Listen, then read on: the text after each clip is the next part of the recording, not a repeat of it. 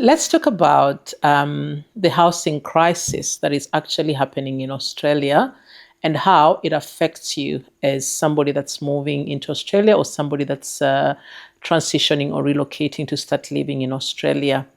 My name is Anna, and if you're watching me for the very first time, you are in the right place. On this channel, I talk about issues that affect us and issues that could affect you as somebody that's moving into Australia. In today's video, I want to talk about the housing crisis in Australia and how inadvertently or without you realizing somehow will affect you in one way or another. It is important to be equipped with the right information, even as you plan to move to Australia and even as you start a new life in Australia. Starting life all over again in a new country as a person or as a family can be quite daunting. And obviously, part of it is trying to find a place for you and your loved ones to live. And naturally, it comes off as quite a different time of your lives, trying to find what is appropriate for you and your family. And it is important. I will be doing you an injustice, you, my viewers, if I don't tell you the current housing situation in Australia. And I'm only doing this so that you can be better equipped, ready, so that when you want or when you start life in Australia, you are thinking about these things and you are putting in measures that are going to help you and your family settle in quicker. My name is Anna, and if you're coming across my channel for the very first time, I am Anna, Migrant Doctor Mom, and on this channel I talk about life as a migrant, life as a professional, and life as a parent or as a mom. Thank you for joining me. So, it is quite unfortunate because I have been talking to a lot of people, a lot of migrants that are starting life in Australia, and I realize the one thing or one biggest thing that they're finding quite difficult to do is finding accommodation, especially the first accommodation when they move to Australia. The beauty of Australia is some job offers that you may get may actually offer you some accommodation incentives. Such jobs could actually be jobs that are found in regional towns and stuff like that. And the idea is to try and get people to move in, people to settle in quicker, and people to, find their footing quite quickly compared to other jobs. But there comes a times when you get a job or you're moving for studies or you're moving for other various reasons that accommodation is not included in your package. And it's quite important to think about these things because if you don't think about accommodation, like it or not, it's going to affect you really, really bad. And I'm saying this with utmost feeling within me because I have seen people really struggling in this area of accommodation because settling in itself, relocating in itself is quite a big change. It's a big change to make coming from a life of what you're used to a life that you don't know. What we call, the fear of the unknown is always there.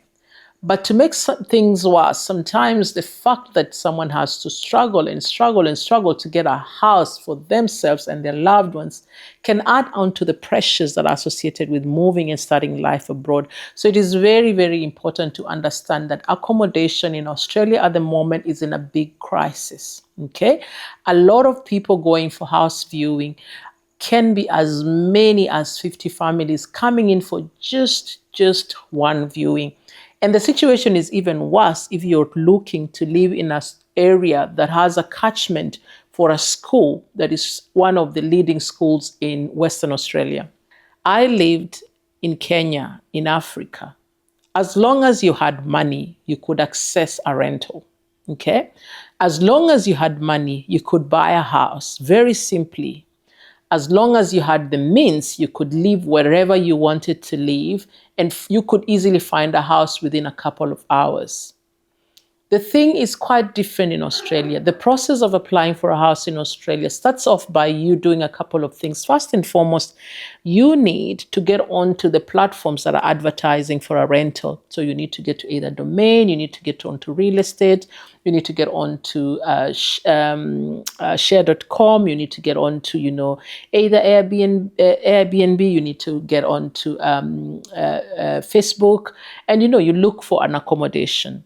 The former ones, domain, real estate, cyber real, and all that, usually will expect you to first go for a house viewing, and then you put in your application. You provide supporting documents for application. Let's say, your financial side of things, meaning you have an income, meaning you have some money in your account, meaning you have an employer that's going to put in a good word for you, that you can get a house and stuff like that. And a lot of times they also expect you to have a rental reference, meaning you've lived in another house somewhere, and you lived well there, you didn't break up somebody's house and stuff like that. So imagine you're coming in for the very first time. Trust me, I have been in your shoes. You're coming in, you've literally, packaged your lives in a couple of suitcases, okay? You've spent so much money trying to get your visas and all that. You've come in, you may not even have all the funds that you require. Say you have about, 8,000 to start off life in Australia. Remember, you will need to put in your application.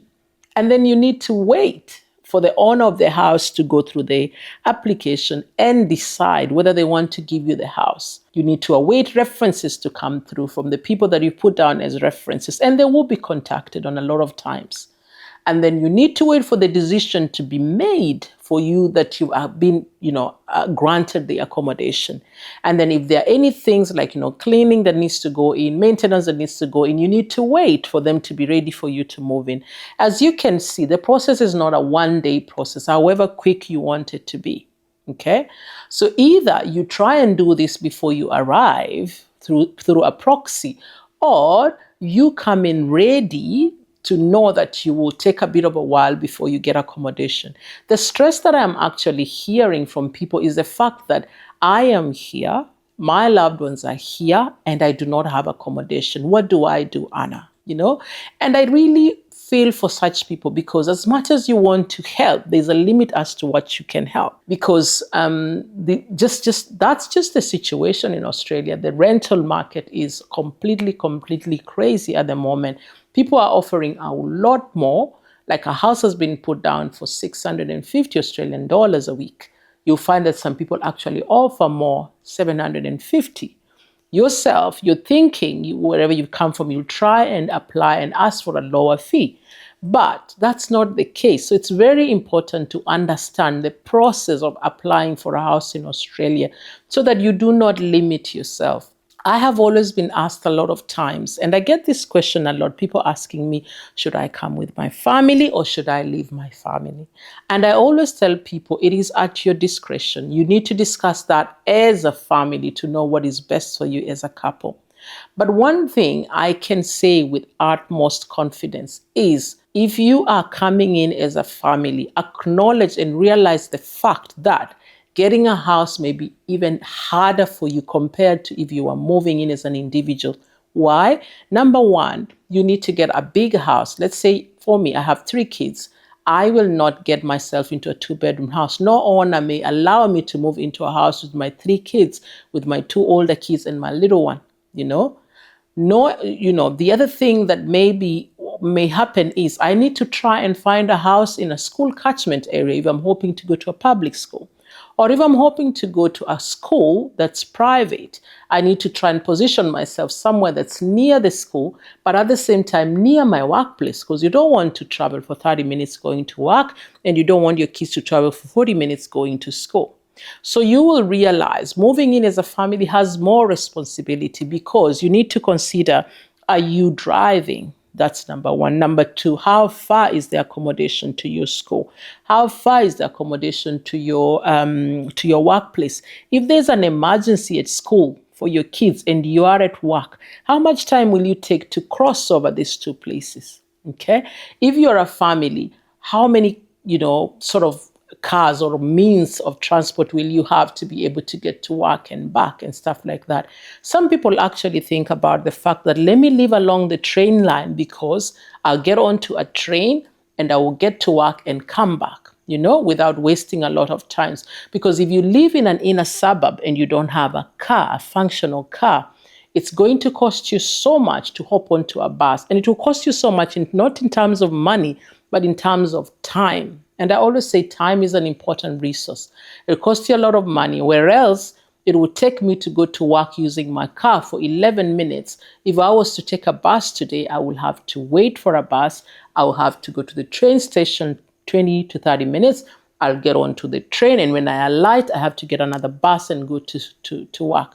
So that completely takes me about an hour and a half, something that I would have easily done within 10 minutes. Okay, so it's very important to acknowledge and appreciate these things, because like it or not, they are going to affect your settling into Australia. The other big mistake that I have actually seen people doing is people come and they think, they have some funds, and they think they can actually put themselves up in a hotel or in an Airbnb, or they think they will put themselves up in someone's house and stuff like that. I feel, it is important to think about these things, because I always say, if you're well prepared, you're likely to fall, you're unlikely to fail. Because if you're well prepared, then you will consider these things. How much money do you have? How much is an Airbnb? To be honest, like if I was to take a 2-bedroom Airbnb, it's quite costly. So it's very important to think about these things, because thinking about these things will enable you either to start the process way earlier, or sometimes to even first come as one person, put up in a room somewhere with another person, or put up, in whatever place, in a smaller place, and then pitch yourself up, have the references that you need, rental references, to get yourself an accommodation, then your rest of your family can come. But look, I'm not saying any direction is bad or any direction is better. At the end of the day, you need to do what is best for you and your family.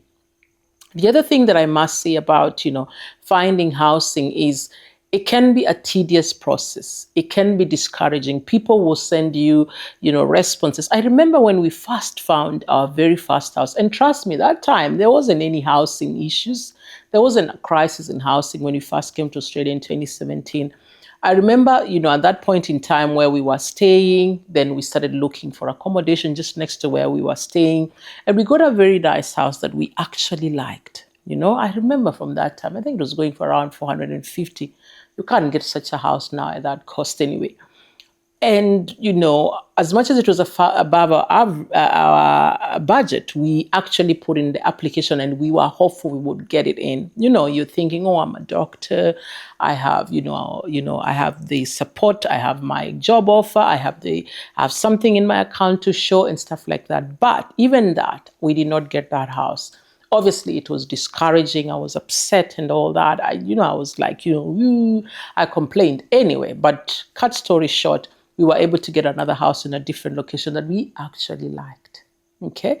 So what I'm saying is, sometimes you may prepare yourself to put in some applications. Some will be accepted, some will not. So don't put in one application and sit back and chill and wait for it to be decided. Put in a couple of applications, put your best foot forward, and hope for the best. Sometimes another little trick that I have noticed is, every time I go for a house inspection, I chat. I chat. You guys know I chat. I chat with the, property agent. Chat with them. Let them know you're actually a nice person. Ask them questions. All right. Ask, this, and what would the owner want? You put out the house at this. Is there anything you think that may put me ahead with the owner and stuff like that? So it's very important, to try and go for those house inspections and show your interest. Make a mark on the project on the agent, and hopefully, because usually at the end of the day, the agents are the ones that are going to do your initial paperwork and present the final applications to the owner for the owner to say yes or no. So expect some people will actually say no, and put in as many applications as you can. And, the other sort of thing that I just have to say, there's so much I can talk about accommodation, because it's really, really dear to me, because I see a lot of people struggling. I must say is, when you're looking for accommodation, remember to to look at the whole picture, look at the whole picture as a family.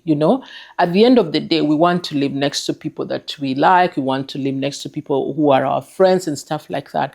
But look at yourself, because in Australia, you realize everybody sort of leads their lives. Every family leads their own life. At the end of the day, people are, rushing along, doing life. And a lot of times people are doing life by themselves and have a few friends and stuff like that.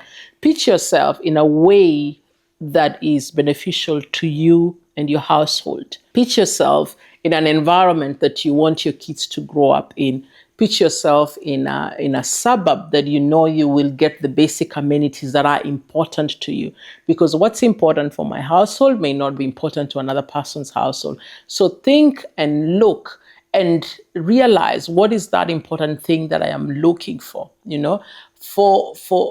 obviously, when I'll probably talk about this in another video, but essentially it is very important to know and choose a suburb that you want to live in, and then apply for jobs and look at other things that I've already mentioned in terms of accessibility to public transport, accessibility to the various amenities, and at the end of the day, hopefully you can get a house that in an area that you like. So, my people, housing in Australia is not a walk in the park.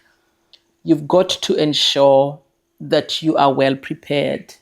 I don't want you to be in a situation where you come and it is completely difficult for you. Imagine you're new in a country, you are homesick, you are adjusting to life, working in a hospital environment, you're adjusting to making friends, and then you have the additional stress of trying to find a house. Save yourself from that and really, really plan ahead and try and get yourself and your family a home that you're going to stay in, and a home that will allow you to settle in much quicker. Thank you so much for watching, and look out for more videos about settling in Australia. Thank you.